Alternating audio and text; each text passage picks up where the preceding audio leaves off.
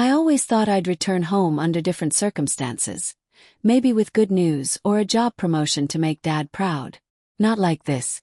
Not with my hands gripping a suitcase in one and a bottle of Dad's medication in the other, praying he remembered who I was today. The house felt like it had aged with him. The front gate creaked louder than it used to. The garden, once his pride, was overgrown, unruly, like nature was reclaiming what he no longer had the energy to maintain. The wind howled faintly through the wind chimes by the porch, their sound hollow and strange. I stood at the front door for longer than I should have, just listening. It wasn't just my father that I was worried about. It was the silence. The feeling that something, someone was wrong. Anna! His voice startled me from the living room. My heart clenched. For a second he sounded like himself. Clear, alert, hopeful. I stepped in quickly, trying not to let the emotion show on my face. "Hey, Dad," smiled. "It's me." He was sitting in his old recliner, wrapped in a sweater far too thick for early fall. His eyes landed on me like a camera finally focusing. His smile came slow, hesitant. "Anna. Anna Banana. Gut." I hadn't heard that in years. I knelt beside him and squeezed his hand. He didn't pull away. That was a good sign. "I missed you," I whispered. His face clouded. "Why were you gone so long?" I swallowed hard. "You told me to take the job in Seattle. You said you'd be fine with Uncle James checking in." He blinked at me. "James? Well, no. He shook his head violently. "He's not supposed to be here. You need to pack." "Pack?" asked slowly. He leaned in, whispering like someone might be listening. "He's after it. All of it. He thinks I don't know, but I do. That snake is circling." I sat back stunned. "Dad, what's he after?" He looked around nervously. "Everything. The plaza, the properties, the keys. He wants to take it all." I tried to reason with myself. Alzheimer's could cause confusion, paranoia. I'd read all the brochures, gone to the support groups. Delusions weren't uncommon. But something about the way he said it, sharp, desperate, clear, put a chill in my bones. "Okay, Dad. Let's not worry about that right now." I patted his hand. "Let's just get you some tea." I didn't sleep that night. I sat on the edge of the guest room bed, scrolling through my phone, looking up every property he still owned. They were all still in his name. Nothing had been transferred. It was just one moment of lucidity. That's what I told myself. Until the next morning, when a letter slid through the front door with a heavy thud. A legal envelope. No return address. Just my father's full name printed across the front. I opened it slowly. Inside, notarized documents. Ownership transfers. Powers of attorney. Signatures dated just 2 weeks prior. My father's signature. But here's the thing. 2 weeks ago I'd FaceTimed with him. He couldn't even remember how to use the microwave. He didn't know what day it was. And now he was supposedly signing over his entire estate. I stared at the last page. My uncle's name, James Langley was scrawled in bold ink. He was listed as the sole trustee. And beneath that, my father's signature. My hand trembled. There was no way he signed this. But if he didn't, who did? I sat at the kitchen table for what felt like hours. The letter spread out before me like a puzzle I wasn't sure I wanted to solve. Dad was napping in the next room. His breath slow and uneven. The house creaked as the sun moved across the sky, casting long, slanted shadows through the windows. Outside, a bird trilled. A branch tapped the glass in a rhythmic knock-knock-knock that set my teeth on edge. I'd come home to help. To care for my father. To give him the dignity he deserved in his final years. Instead, I was holding documents that suggested I'd come home too late. But something still didn't add up. My father wasn't just old. He wasn't just forgetful. He was diagnosed. He had a neurologist, a care plan, a documented progression of symptoms. I knew his mental capacity had deteriorated far beyond what would make these documents legally binding. But they had stamps, seals, Signatures. A notary. That meant someone had been here. Someone who claimed he was lucid. Someone who stood in this very house, maybe even in this very kitchen, and watched him scribble his name on paper he likely couldn't understand. Someone who benefited from those papers. I needed answers. I started with the notary listed on the document, a woman named Heather Shaw. A quick search pulled up her LinkedIn profile. She worked for a mobile notary service. That part wasn't unusual. Plenty of notaries made house calls for elderly clients. What was unusual was her last job listing. It was at Langley & Associates, my uncle's real estate consulting firm. I stared at the screen. Was this a coincidence? Or was it a cover? I called the number listed on her profile. It rang 4 times before a voice answered. Hello. Her tone was cautious.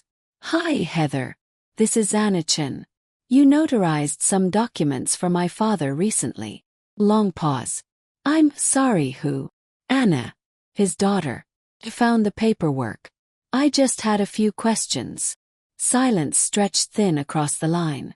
Finally she spoke. I'm sorry. I don't remember him. I do dozens of signings a week. I couldn't possibly. This one was signed here. In my father's home.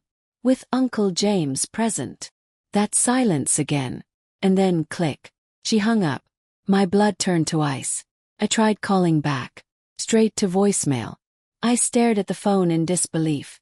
My heart pounding like a drum in my chest. That wasn't the reaction of someone with nothing to hide.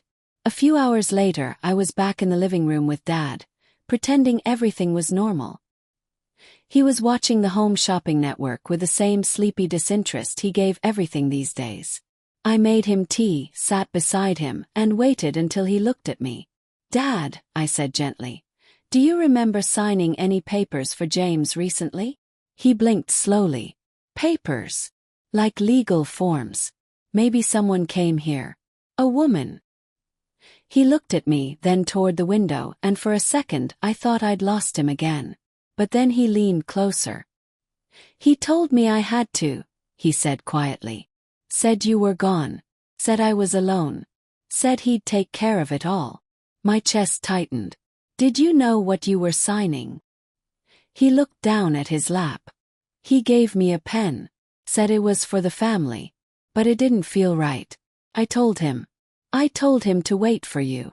What did he do then? His voice dropped to a whisper. He laughed. I sat frozen, my mind spinning. If this was true, if James had manipulated him while he was in a vulnerable state, then not only was it unethical, it was criminal. This wasn't just about a signature. This was exploitation. I didn't sleep that night either. The next morning, I drove to the property management office that handled most of Dad's holdings.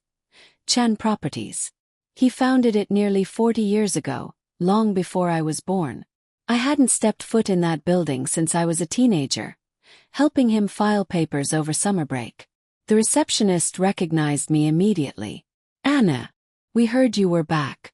I'm so sorry about your dad. He nodded. Thanks. I was hoping to review some of the files on his recent transactions. See what's been going on. Her smile wavered just slightly. You'll want to talk to your uncle. He handles the portfolio now. My breath caught. Since when? She tilted her head. I thought you knew. He filed power of attorney paperwork last month. We've been working directly with him ever since. There it was. The document had worked. I forced a smile. Actually, I'd like to see those files myself. My father never revoked my access. She hesitated, then motioned toward the back. You'll want to speak with Maria. She's in records. Maria remembered me too. She was one of the few people in the office who'd always treated me like more than the boss's daughter. She pulled the files without question. That's when I saw it: loan applications, deeds marked for transfer, property liens that had almost been approved. Almost. Most of them had stalled midway through processing. Some were flagged for irregularities. One even had a note in the margin. Client appears confused, possible lack of capacity. Escalated for review. But the applications kept coming. From James Langley. My uncle was trying to leverage properties he didn't own. Trying to squeeze money from assets that weren't his. And if even one of those loans had gone through, Dad could have lost everything. I stared at the dates. This wasn't recent. This started before the power of attorney paperwork. Months ago. And it wasn't just one attempt. It was a pattern. I closed the folder slowly, my hands trembling. James wasn't just taking advantage of Dad. He was trying to erase him. Piece by piece. I didn't go home right away. I sat in the car in the Chen Properties parking lot, fingers clenched around the steering wheel, my eyes fixed on nothing. A part of me still wanted to believe this was a misunderstanding. That maybe James had just panicked after Dad got sick. That maybe he genuinely believed he was protecting the family legacy in some warped way. That he was trying to help. But the paper trail told a different story. A story of quiet sabotage. I picked up my phone and opened my voice recorder. Journal entry. April 11th. I whispered. Uncle James filed for power of attorney last month, using a notary with a prior professional link to him. There are at least 5 separate attempts to access lines of credit or leverage real estate my father owns, some dating back almost 6 months. All signed by James. Some were flagged as suspicious by the loan officers. Pause. My father remembers signing something, but says James told him I was gone, that no one was coming back, that he was alone. Another long pause. I came home to help my father die with dignity, but I think someone else came here to make sure he didn't live with it. I turned off the recorder and started the engine, but I didn't drive home. I drove to James's office. Langley and Associates was located in a sleek glass building downtown. New money, all polished chrome and artificial charm. The receptionist barely looked up when I walked in, but her tone was warm and syrupy the second I gave my name. Oh, Miss Chen. One moment, I'll let Mr. Langley know you're here. No need, I said coolly, stepping past her. I'll find him myself. The expression on her face flickered briefly, but she didn't stop me. I knew the layout. I'd interned here during college. Back when James was still trying to impress Dad by playing mentor to his niece. Back when I didn't know he saw me as a threat. His door was open. And there he was, sitting at his desk, scrolling through something on his phone, completely relaxed. Until he looked up and saw me. His smile froze halfway across his face. Well, well, he said. To what do I owe the pleasure? I shut the door behind me and didn't bother sitting. You've been forging my father's signature, I said. And I have copies. His face didn't change. That's a serious accusation, Anna. I'm not accusing, I said. I'm informing. And I just came from Chen Properties. They showed me everything. The loans. The flagged documents. You filed for power of attorney knowing Dad wasn't mentally competent. That's fraud. He leaned back in his chair slowly. Do you have any idea how naive you sound right now? No, I said. But you're about to tell me. He gave a small chuckle. Your father is a brilliant man. But he's also stubborn. He refused to let go of control, even when it became clear he couldn't handle things. I stepped in to protect the estate. By filing false documents. I had legal documents, notarized, witnessed, by people who worked for you. They're professionals. I stared at him. You told him I wasn't coming back. He didn't blink. He was declining, confused. He didn't know where you were. He barely remembered your name most days. He remembered enough to say you laughed in his face after he begged you to wait for me. That shut him up for a moment. And then, something shifted in his posture. Not guilt. Not shame. Annoyance. Anna, he said, if you think some emotionally charged little accusation is going to undo months of legal work, you're mistaken. Everything is in motion. You want to contest it. Fine. Spend 5 years in court while your father deteriorates. And by the time it's over, what do you have? A bunch of empty houses and legal fees. He was smug now, smiling again. And then I pulled something from my purse. Small black object. I placed it on his desk. He blinked. "What's that?" "It's a nanny cam," I said. His smile slipped. "Looks like an alarm clock, doesn't it?" said. That's what I thought too. But it was behind a stack of books in Dad's office, facing his desk. I leaned forward, and I took the SD card. Now his face truly changed. Not fear, but calculation. "How long has it been there?" he asked slowly. "I don't know yet, but I'm going to find out." I picked it back up and turned toward the door. "You might want to call your lawyer," I added without looking back. As I walked out, I could feel his glare on my back like heat. I didn't go home. Not yet. I drove to the police station instead. I didn't even know what I planned to do. File a report. Ask for advice. I just knew I needed this documented, somewhere official. Somewhere beyond James's reach. But the moment I pulled into the lot, my phone buzzed. A number I didn't recognize. I answered cautiously. "Anna," a voice said. "Yes. This is Maria, from Records at Chen Properties. I wasn't sure if I should say anything earlier. But after you left, something felt off." I sat up straighter. "Go on." "A man came in last week," she said. "He said he was from the county assessor's office. Said he needed to update some valuation forms." I overheard him talking on the phone while waiting. "And he wasn't from the county." I frowned. "What was he saying?" Maria hesitated. "He was talking about your dad. He said something like, 'The old man won't know the difference.' And then he laughed. Said he'd make sure everything was ready before the niece shows up." My stomach turned cold. "Did you get a name?" I ran his plates. I know I shouldn't have, but something felt wrong. "He's not from any agency. He's private. Works for a firm out of state." "Which one?" She gave me the name.